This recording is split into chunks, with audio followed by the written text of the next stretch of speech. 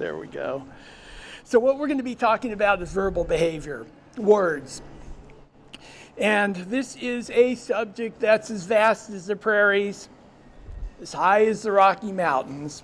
And today we only have enough time to examine what amounts to a microscopic portion of a single grain of sand. And we're going to start off with who I am. My name is Andrew.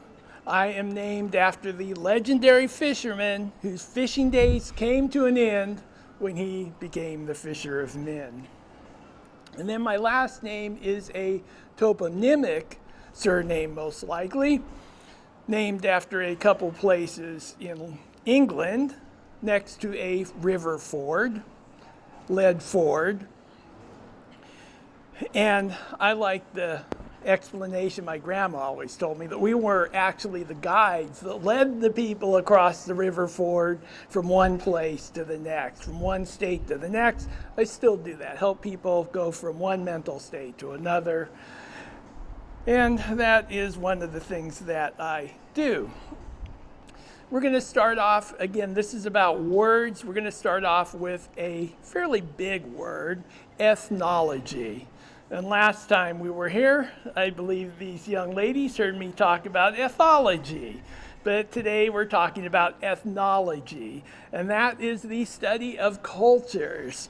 So all the jokes you tell, they have a key that is understood through ethnology. And this is how we understand the context we understand language within. So then we're going to get to ethology, which these young ladies have heard before. Ethology is the study of animal behavior, and in particular, innate animal behavior. And there is a human ethology. And this is kind of important for all of us as well. But there's comparative ethology, where we can see how animals respond to behavior, innate animal behavior, and where it relates to humans.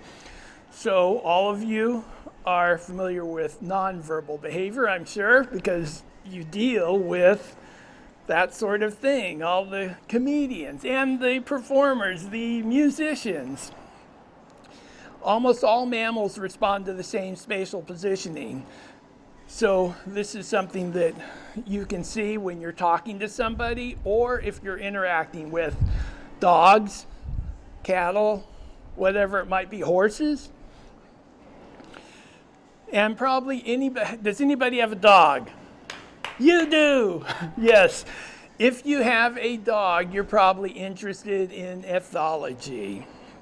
You wonder why the dog circles before it lays down, why it scratches after it goes potty. Those are all questions that ethology can answer.